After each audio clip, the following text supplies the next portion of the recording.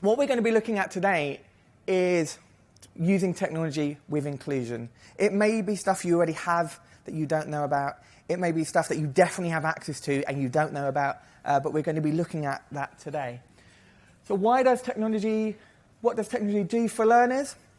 It does a lot of different things. One, it removes barriers or finds ways around it. It's empowering to have that. It will take away some of those barriers that they have. It engages, motivates, encourages creativity. Now, hopefully you've seen that during today as well, the different sessions. And it empowers students. Students don't have to rely on you. They don't have to rely on putting their hand up. They can use a piece of technology and have it, and it's theirs. Especially if they're using one-to-one technology, they've got that piece of technology and it's theirs to use. I think Richard talked about this a bit already. What are the barriers of technology? Well, what we hear normally is tech is expensive, it's complicated to learn, takes a long time, and it's not reliable. Now, I think these are all things that actually tie in with the thing we've heard before. We have to have an infrastructure. We have to have things that are correct and ready to use. And this all leads to bad past experiences, right? So if a teacher's picked up a computer before and those laptops have a failing battery, they're never going to use it again. So I say tech isn't always expensive, and today I'm going to show you some really, really cheap pieces of tech or free tech. It's not always complicated to learn.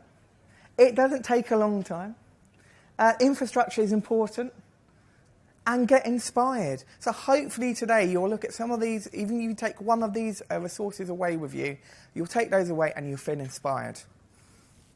So I don't know if anyone saw this week. Peter, Carol, did everyone see this?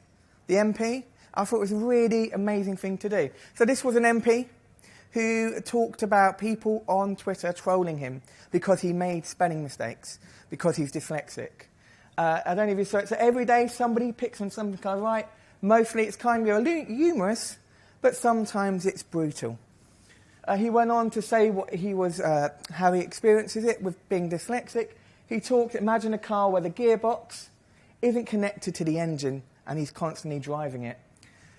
Sometimes the words are disshaped, frustrating. And he went on to talk about an incident where he didn't write the word border correctly, and what happened were hundreds and hundreds of tweets saying he was thick, he was stupid, and how could he be an MP? It was a really brave thing to do, and as you can see from the likes and the photos and the retweets, he got a lot of support for this. And he talked about he didn't want other people in his office to write those tweets for him. They were his tweets, he wanted to be empowered, and how, sometimes you've just got to work on it. So how does he cope? He talked about some of the technology he uses. He uses Siri for spelling. He uses autocorrect. He looks at cream paper. He looks at different things to change. But this is what he says. It isn't depressing. It's liberating. Once you know this, you have the tools to succeed. Because you prep, you write, you correspond. Reading everything he did made him better than he was because he prepped more than anyone else. I thought it was a really brave thing to talk about. So I thought I'd talk a bit about myself. So I'm dyslexic, and I was a teacher. I was a teacher for 15 years. And it's amazing what people... so when I was at school, I learnt to read when I was 8. The alphabet, for me, is still quite a mystery. The order of the alphabet, still quite hard. I can just about do months, the order of months. When I meet old friends who met me at school, they go, "You're a teacher. How do you teach if you couldn't read when you were 8? My dad, who once caught me reading a book, and I was laughing when I was about 9, he said, "Why are you laughing? You can't read." I was 9. My dad is my worst fan. He says to me, "It's amazing you got that job with LGfL. How did you get it? How do you do what you do?" Because he's amazed that I can write emails to people. Hopefully I haven't made too many spelling mistakes if I've given to you.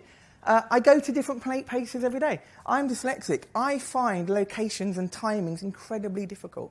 But every day, I use Outlook and I write emails to people, and it makes sense. I have spell check to support me. I have Google Maps to get me where I'm going. And if anyone's not used it, use the new AR feature. Amazing today, getting here, I got the AR feature to show me what the building looked like. And dictation. Every device you've got will be enabled to dictate. I dictate because there are spellings that no matter how many times you tell me, I'm not going to know them. One of the big ones for me is regards. I write kind regards every day about 400 times. Still can't spell regards now. So I just say it, I just put in dictation. So these are my favourite things to support me. This is what I do.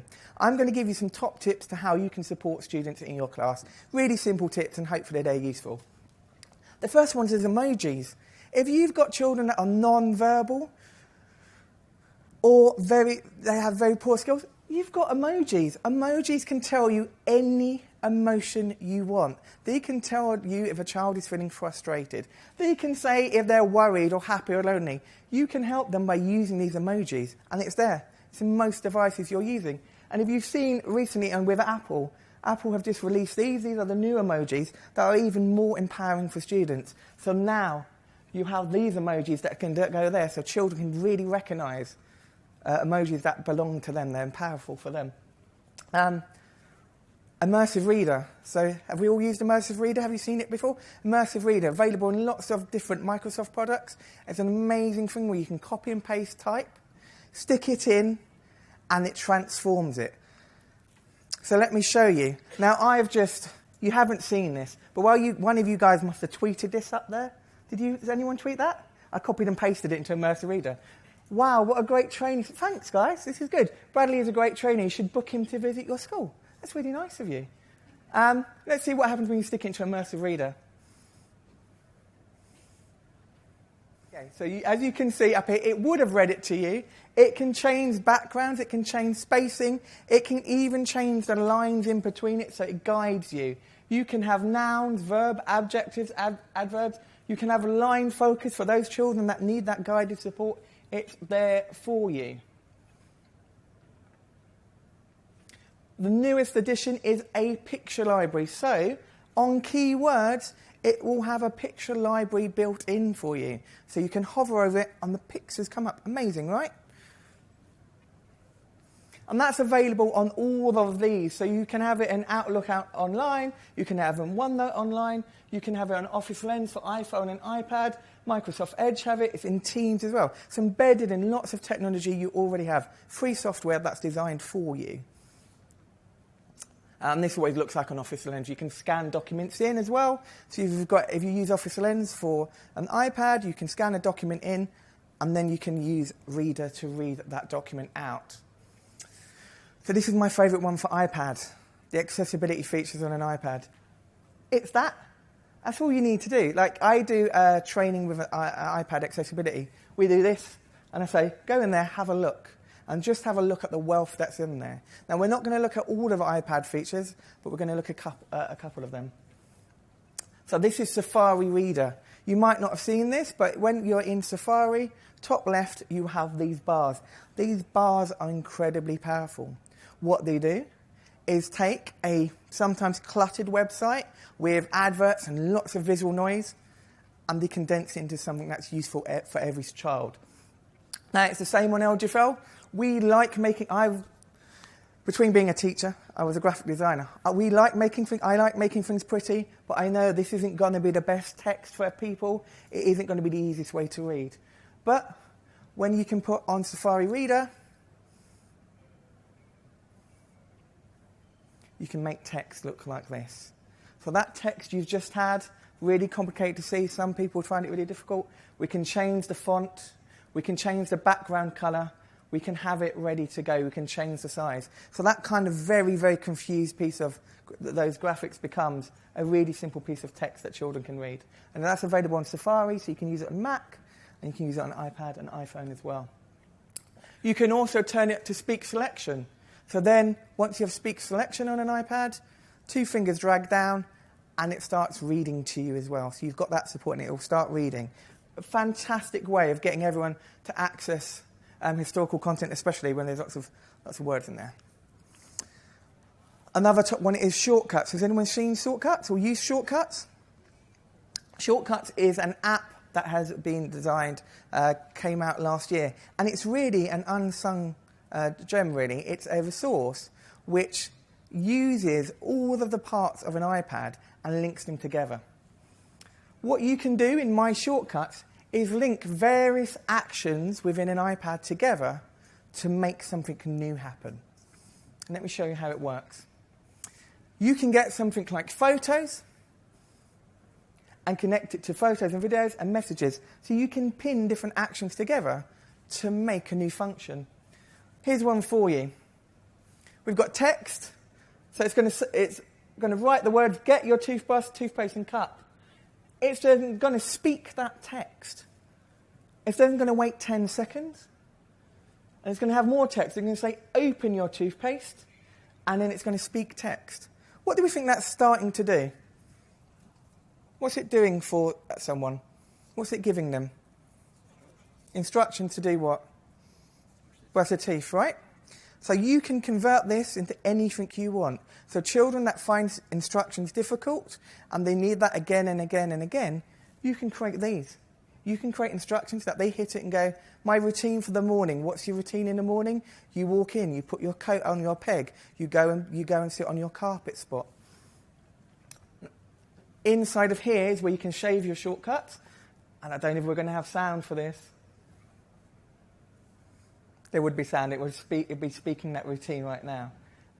Here's another one. This is a really great one. So remember we talked about emojis at the beginning, non-verbal. Can we guess what this is going to do? It's got a prompt that has an emoji. It's got text that links to that emoji, and it speaks that text. What's it doing?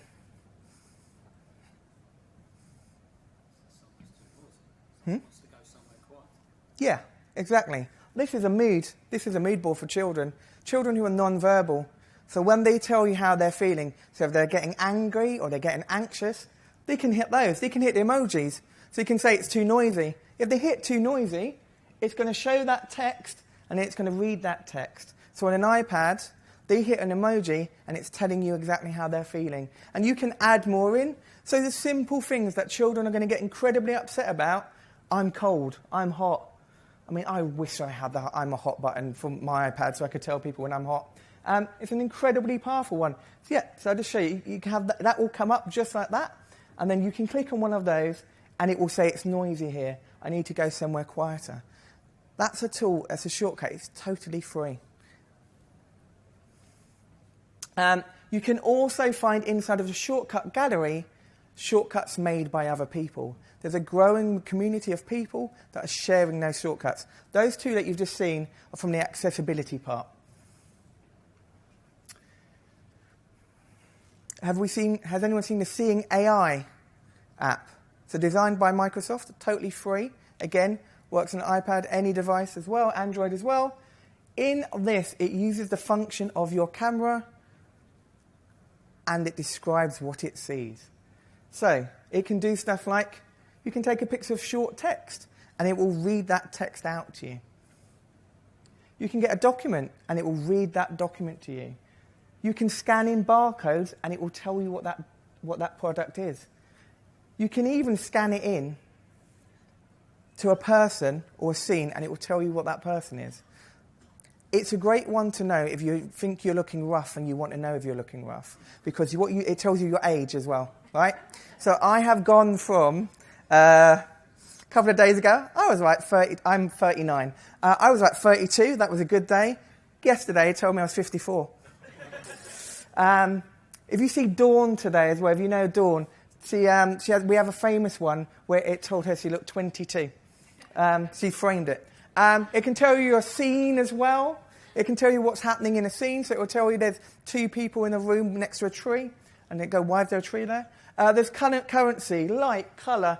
And it's now detecting handwriting too. So it can detect and read handwriting. It's an amazing tool. Just Too Easy. This is a resource that you have right now if you're in LGfL school. You might not know about some accessibility features. You can go and see Just Too Easy. They're just over there in the marketplace too. They've got this resource. It's cloud-based. You log on. This is called JIT. It's an infant tool suite. So it's basically IT for infants. It is incredibly powerful, though you might not know about it. It's got a couple of really cool features. One of those is it's got a word bank that speaks. So you click on that word bank and it will speak that text for you. It's amazing. You can double click and it goes in. The second is, Oh, look, that's nice, isn't it? Training is really great. My goodness, Bradley is fantastic. Oh, hang on, let me see. So what you can do in here is you can also read out text. So anything a student writes, it will read that text back to them. So again, if there's common mistakes like I would make constantly, there's common mistakes like this fantastic, it will read that out for that child, and then that child can hear the mistakes. So they're not going to you every time, I think it's right. Because for me, you can tell me again and again, that check your work. I need to hear it before I actually understand it. So that's an amazing one. It's just up there. Another one is that there's a microphone feature inside of JIT. So anything in JIT, as long as your device has a microphone, you can add the children's voice. So this is paint. This is a paint package. They paint a picture, and then they can talk about what they've done. Now, you are going to miss out because this is a beautiful rendition of a child singing a bear hunt. But you can record the voices. So powerful for those students who their mark making might not be there, but you can record those voices. It's exactly the same. Do you know what? I made this a couple of months ago when Boris wasn't even the leader of the Conservatives. And I was like, I'm going to use this for a couple of weeks, but I'm not going to have to use this again. When are we going to have an election again? Here we are. So I think this is going to be... this is J2E5. So this is the junior version of the tool suite. And the idea is that it works exactly the same way. You can do all of the same functions. It just looks a bit more mature. So you can read text. So any text you write, it can be read back to you. You can also have word banks underneath. And you can create word banks for yourselves. You can click on those, and it will read that word for the student. So again, for that student who's struggling, they can hit on one of those word banks, hear it, and if they double tap again, the writing will go on the board.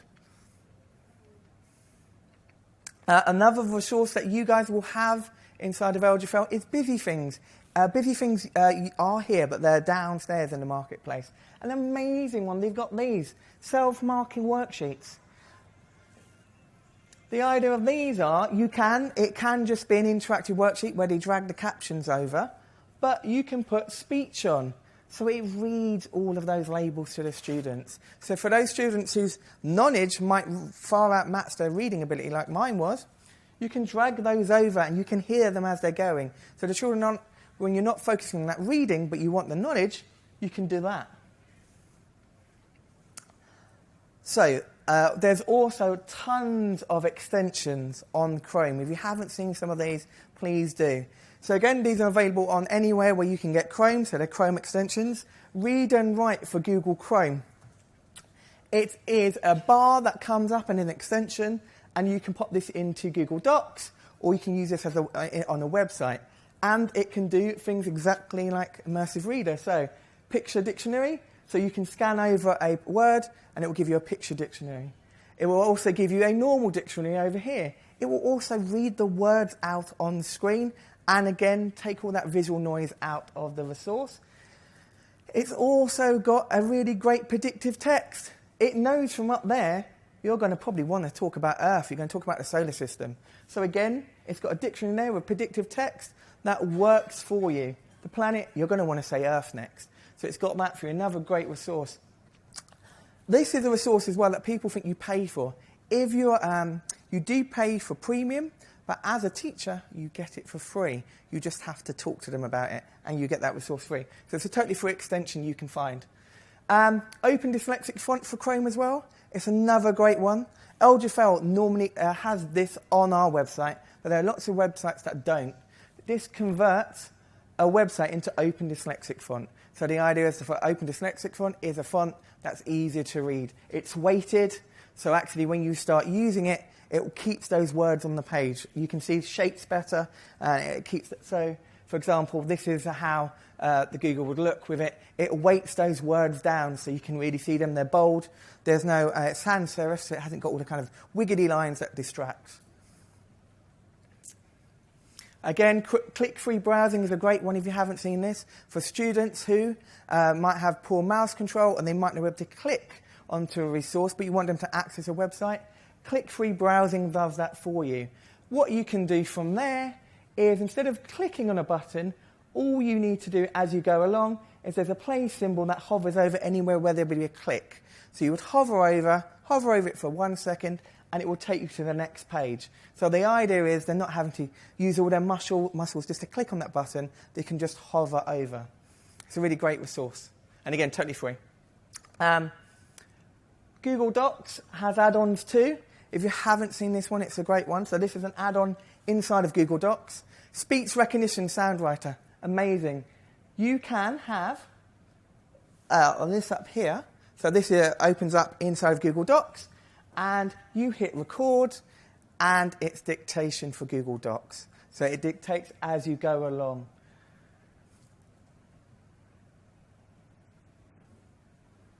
I hope you're enjoying this training. I'm really enjoying it. That's nice, isn't it? So it's there for you if you want it. Speech recognition sound writer. It's a really great one. Now, I've only talked about a short amount of those, but using these links, you can find the resources in Apple, Microsoft, and Google. They're all there for you. Where to look? App stores, browser extensions, social media. Follow all of those people. All of those people are downstairs right now, so you could go and bug them when you want to, but all of those are on social media are there to help and support you. My name's not up there because I'm not one of them, but do follow those people. They're amazing people who will tell you the next big steps. But if you do want to talk to me, that's my email address, that's our Crooklyn blog, that's where I am on Twitter, and that's our newsletter, and that's training. Guys, I hope you have felt inspired from this, and you're going to take at least one of those apps or extensions away with you. Thank you very much.